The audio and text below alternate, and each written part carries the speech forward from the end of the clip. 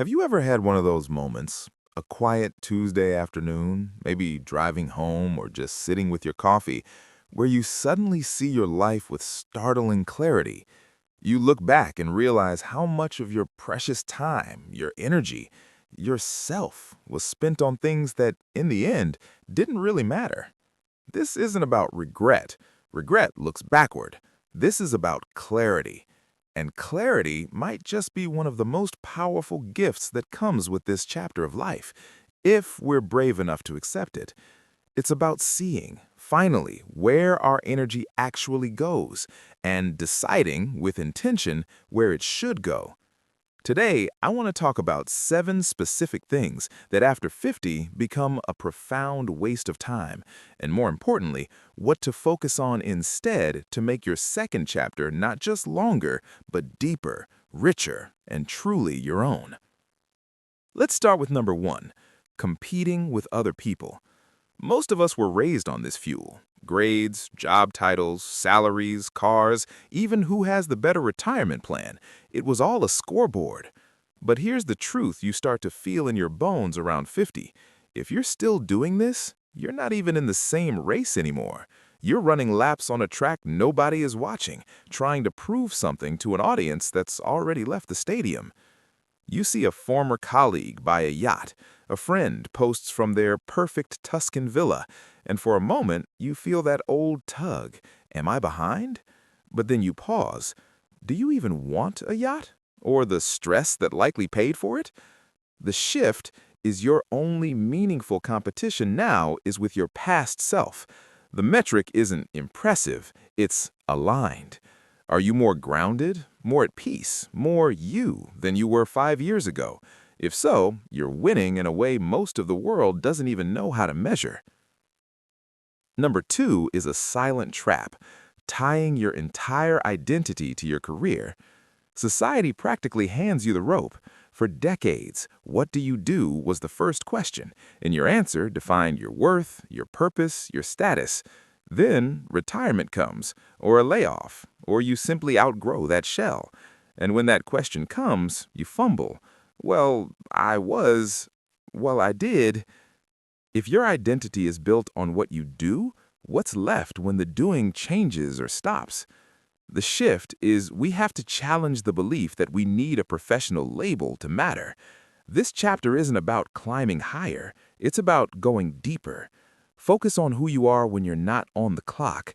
Reinvest in curiosity, in creativity, in contribution that doesn't come with a paycheck. Your essence isn't your title. It's what makes you feel alive when no one is keeping score. Number 3 is a toxic habit we mistake for virtue, forcing yourself to finish things that no longer serve you. Finish what you start. Don't be a quitter. So we soldier through the boring book, the terrible TV series, the hobby we thought we should love. We trade hours, days, months of our finite life for the hollow badge of I finished it. After 50, you become acutely aware that time is your most non-renewable resource. Spending it on mediocre experiences just to avoid the label of quitter is one of the worst trades you'll ever make. The shift is grant yourself the executive pardon to stop. Life is too short to suffer through things that don't matter simply because you started them. Redirect that time and energy toward what genuinely engages you, challenges you, or sparks joy. True discipline isn't finishing something mediocre. It's having the wisdom to invest your time only in what's truly worth finishing. Number 4 drains our days. Doing things because you think you're supposed to. I'm not talking about life's necessary obligations. I mean the optional things we do out of a foggy sense of duty, politeness, or a fear of not being accepted.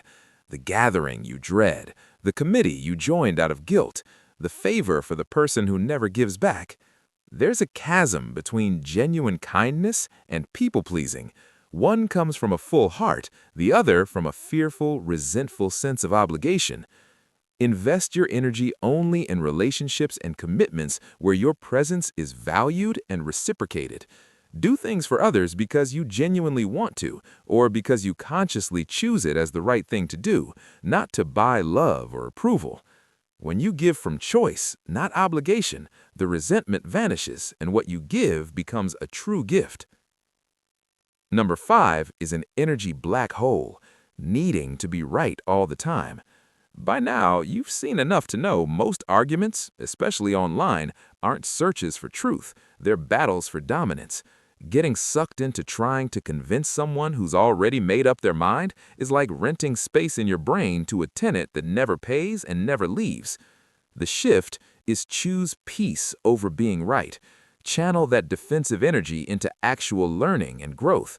You can hold strong opinions and firm boundaries without needing to debate your existence in every conversation. The most powerful phrases after 50? You might be right. And saying nothing at all. The moment you stop needing the last word, you reclaim your sanity. Number 6, tolerating energy vampires. You know them, the call that always means a problem, the friend who turns every conversation back to themselves, the acquaintance who leaves you feeling spiritually shortchanged every time.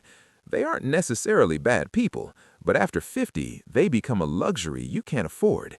Every hour with them is an hour not spent with those who energize you or in the nourishing silence of your own company.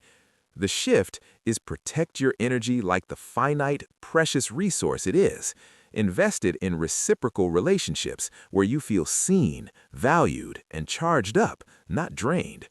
Creating distance from constant takers isn't cruel, it's an act of self-respect. You don't owe anyone your presence just because they're used to consuming it. Finally, the last great illusion to release is expecting people to be different than they are. This is the belief that if we just explain it better, wait longer, love harder, people will finally become who we wish they were. They won't. Your chronically late friend will be late. The flaky relative will flake. The emotionally unavailable person will remain so. Having standards is healthy. Insisting that someone will magically meet them after a lifetime of evidence to the contrary is where you betray yourself. The shift is see people as they are, not as your hope for them. Accept this reality without bitterness. This isn't giving up, it's waking up. It frees you to make a clear choice. Can I accept this person as they are, or do I need to adjust my proximity to them? Peace begins with not changing them. It begins with this, reclaiming your own clarity. Clarity, that's the gift. It shows us the leaks in our energy reservoir so we can patch them. It helps us stop wasting time on the wrong races, the wrong arguments, the wrong expectations, so we can pour everything we have into what truly matters. Your second chapter isn't a downgrade, it's an upgrade to intentional living. It's the freedom that comes when you stop chasing what never mattered and start nurturing what always did. Now, I'd love to hear from you. Which of these 7 resonated most? Or is there an 8th time waster you've identified in your own life? Share it in the comments below. Let's have a real conversation. If this video brought you some clarity, please give it a like. It really helps. And if you're committed to building a deeper, more intentional second chapter, consider subscribing. We're building a community here focused on what comes after the climb.